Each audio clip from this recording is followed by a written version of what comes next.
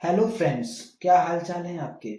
मैं हूं निशांत कुमार और आज के इस वीडियो सेशन में मैं आपको बताऊंगा कि जावा प्रोग्राम की हेल्प से अगर किसी भी डिजिट अगर यूजर से इनपुट हमने कुछ लिया और उस पर्टिकुलर डिजिट का मुझे सम फाइंड करना हो तो हम किस तरीके से हम करेंगे।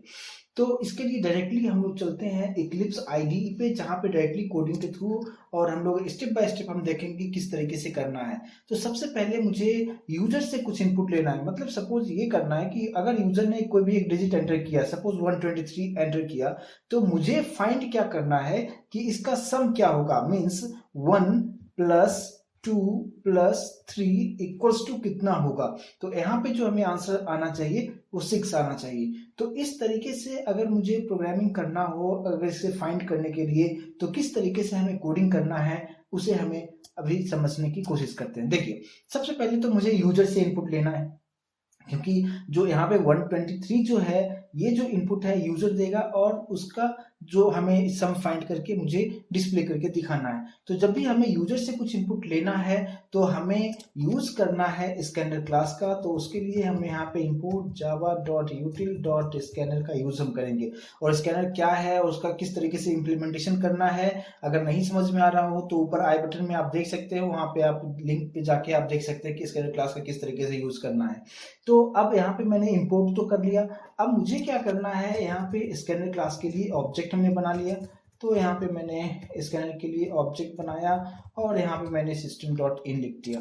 अब यहाँ पे मैंने एक वेरिएबल डिक्लेयर कर दिया। सपोज हमने एक ले लिया, नंबर के लिए n ले लिया, एक मैंने r ले लिया और एक सम लिया, सम को 0 से इनिशियलाइज किया।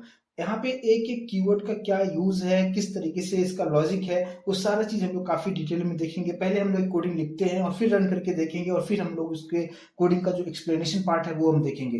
तो यहाँ पे सबसे पहले मैंने क्या किया कि जस्ट यूजर को समझने के लिए एक मैसेज मैंने दे दिया कि एंटर एनी डिजिट। तो यहाँ पे यूजर ने कोई भी डिजिट एंटर करेगा, उस पर्टिकुलर डिजिट को मैंने स्टोर कर लिया, यहाँ पे एन में स्टोर कर लिया। अब यूजर ने जो भी इनपुट दिया इस एन में स्टोर्ड है। अब मुझे यहाँ पे एक हमने कंडीशन चेक किया।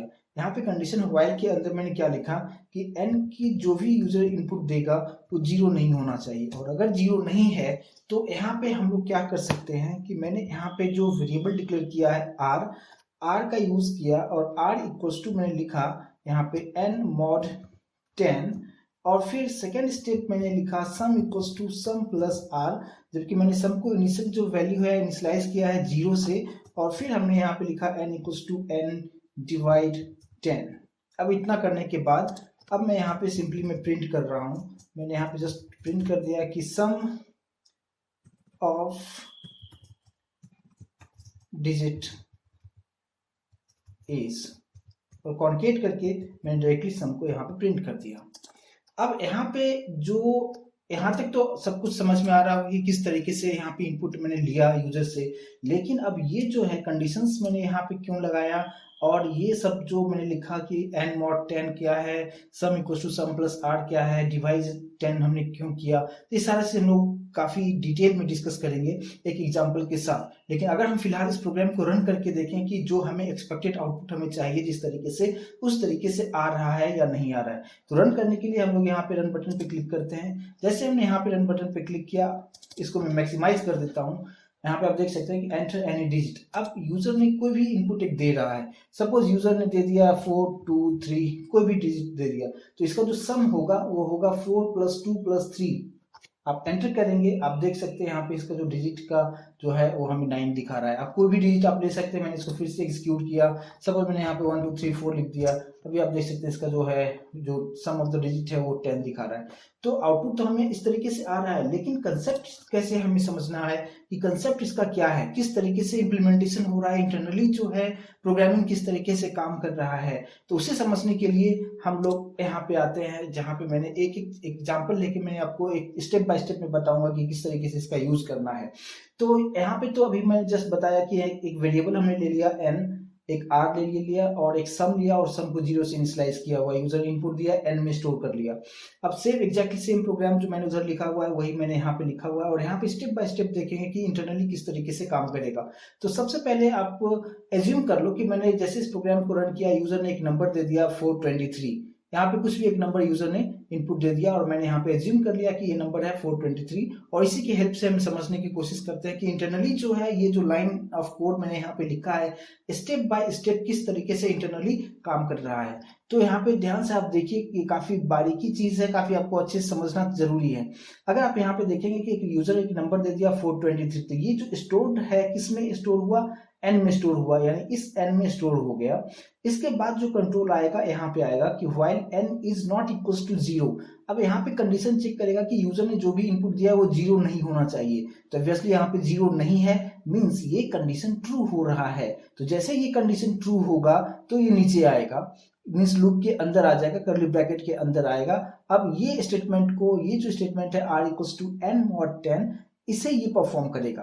अब यहाँ पे जो r है, यहाँ पे मैंने वही r लिखा इक्वल्स टू अब n mod 10, तो n जो है अभी के केस में मैंने एज्यूम कर लिया है 423, तो मैंने यहाँ पे लिखा 423 mod 10। तो mod जो होता है वो रिमाइंडर वैल्यू को प्रिंट करता है, मीन्स अगर आप 423 को 10 से डिवाइड करोगे तो रिमाइंडर 3 आएगा, तो वही मैंने यहाँ पे 3 दे दिया।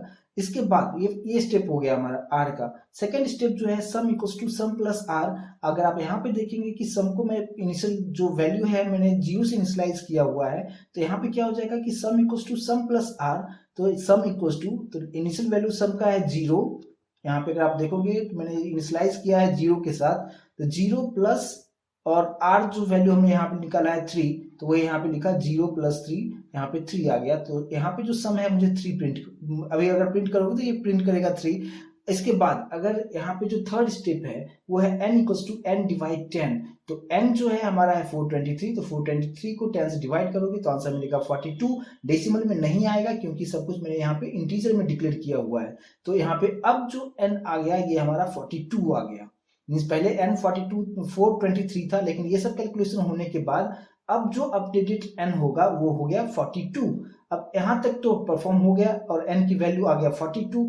अब लूप का मतलब क्या होता है कि प्रोसेस रिपीट होता है, तो ये वापस फिर से ऊपर जाएगा, कंडीशन चेक करेगा, क्योंकि n की वैल्यू 42 है, मींस जब तक कि n की वैल्यू 0 नहीं होगा तब तक ये प्रोसेस रिपीट होता चलेगा।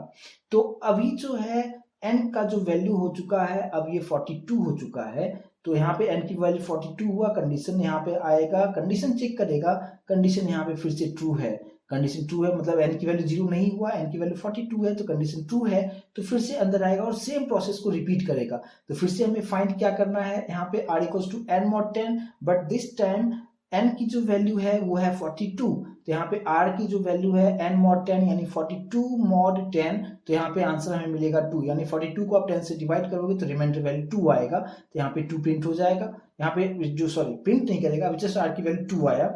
सेकंड स्टेप यहाँ पे फिर है sum equals to sum plus r। अब आप देखोगे कि यहाँ पे जो फर्स्ट स्टेप मैंने यहाँ पे जो किया था, फर्स्ट स्टेप में किया था sum equals to initial value 0 था, लेकिन इस केस में अगर आप सेकंड स्टेप पे अगर आप देखोगे कि सम इक्वल्स टू जो है, तो लास्ट का जो सम है यहाँ पे अगर आप देखेंगे जो लास्ट का सम जो था जो हमने निकाले थे यहाँ पे फाइंड किया था वो है 3, तो यहाँ पे हम लिखेंगे 3 प्लस और रिमाइंडर, तो रिमाइंडर अभी हमारे पास 2 है, तो यहाँ पे आ जाएगा 3 प्लस 2 दैट इज 5। और फिर लास्ट स्टेप है n equals to n divide 10, तो 42 नंबर है हमारा, 42 को 10 से डिवाइड किया, यहाँ पे आ गया 4। तो अब जो n का अपडेटेड वैल्यू है वो हो गया 4, मींस कंडीशन फिर से ट्रू है, ये वापस फिर से ऊपर जाएगा, कंडीशन चेक किया, कंडीशन ट्रू है, फिर से अंदर सेम प्रोसेस रिपीट होगा। अब यहाँ पे r इक्वल्स टू क्या हो जाएगा n mod 10, तो n अभी हमारा है 4, तो 4 mod 10 इक्वल्स टू 4 हो जाएगा, और फिर सम फाइंड करेंगे, तो लास्ट का जो सम आप देखोगे यहाँ पे है 5, तो 5 प्लस 4 दैट इज 9, और फिर लास्ट स्टेप है n equals to n divide 10, तो 4 को जैसे आप 10 से डिवाइड करोगे आंसर मिलेगा 0 पॉइंट समथिंग, लेकिन पॉइंट के बाद का कुछ प्रिंट नहीं होगा क्योंकि सब कुछ इंटीजर में है, तो यहाँ पे जो आंसर मिलेगा मुझे 0। तो अब n की जो वैल्यू है वो हो गया 0। जैसे n की वैल्यू 0 हो गया और ये वापस ऊपर कंडीशन चेक करने जाएगा, तो यहाँ पे कंडीशन सेटिस्फाइड नहीं होगा, अब ये प्रोसेस नहीं एग्जीक्यूट होगा और डायरेक्टली इस लूप के बाहर आके वो प्रिंट करेगा सम, और सम जो है यानी लास्ट का जो सम हमारा जो है वो प्रिंट करेगा, यहाँ पे जो है 9, तो वही यहाँ पे हमें प्रिंट करेगा। तो इस तरीके से आपको स्टेप बाय स्टेप जाना है, मीन्स कोडिंग देख के आपको मीन्स आसानी से समझ में आना चाहिए कि स्टेप बाय स्टेप अगर आप जाते हो तो कभी भी परेशानी नहीं होगा, बिल्कुल स्टेप बाय स्टेप आपको आना है। तो इस तरीके से मैंने आपको बताया कि इंटरनली जो है, जो मैंने ये जो कोड लिखा mod 10 sum equals to sum plus r n equals to n divide 10 internally किस तरीके से परफॉर्म करता है। तो एक एग्जांपल लेके मैंने आपको जस्ट समझाने की कोशिश किया। आई होप कि ये समझ में आया होगा। तो यहाँ पे आपका जो 423 है सबका एडिशन हम करेंगे तो ये हमें परफॉर्म 9 हमें करता है। अगर इस प्रोग्राम को अगर सेम इसी तरीके का प्रोग्राम को अगर मैंने यहाँ पे जो कोडिंग मैंने सेम एग्जैक्टली सेम कोडिंग मैंने लिखा जो मैंने आपको अभी एक्सप्लेन किया, अगर मैंने यहाँ पे रन किया और कंसोल को जो है सो थोड़ा सा मैंने मैक्सिमाइज कर दिया और सेम नंबर में दे रहा हूँ जो मैंने उधर एग्जांपल के तौर पे हमने देखा 423। यहाँ पे आप देख सकते हैं कि सम ऑफ द डिजिट इज 9, जो हमारा यहाँ पे कोडिंग में अगर मैंने यहाँ पे एक्सप्लेन जो किया तो जो हमें आ रहा है लास्ट वैल्यू अगर आप देखेंगे तो 5 + 4 दैट इज 9। तो इस तरीके से इंटरनली ये काम किस तरीके से करता है, आई होप कि ये समझ में आया हो। और आप एक दूसरा नंबर आप लेके भी ट्राई करके देखेंगे कि तो और आप बेहतर समझ में आएगा। तो ये जो था कंप्लीटली मैंने आपको बताया कि किसी भी नंबर जो यूजर से आप कोई भी डिजिट अगर आप लेते हो तो उसका हम एडिशन जो है एक एक जो नंबर है उसका एडिशन हम किस तरीके से परफॉर्म करेंगे, तो इसके लिए ये था। तो आई होप कि अच्छे समझ में आया होगा। एक बार आप खुद से करके देखेंगे बेहतर समझ में आएगा। और नेक्स्ट सेशन में मैं आपको बताऊंगा कि अगर मुझे जो नंबर है 423 अगर इसे रिवर्स करना होगा तो वो सब सारी चीजें हम किस तरीके से करेंगे। तो thank you so much guys for your time. And अगर ये वीडियो अच्छा लगे तो प्लीज लाइक कीजिए, चैनल पे न्यू है तो सब्सक्राइब कीजिए और नेक्स्ट वीडियो सेशन में हम लोग फिर से मिलते हैं। तो thank you so much guys for your time.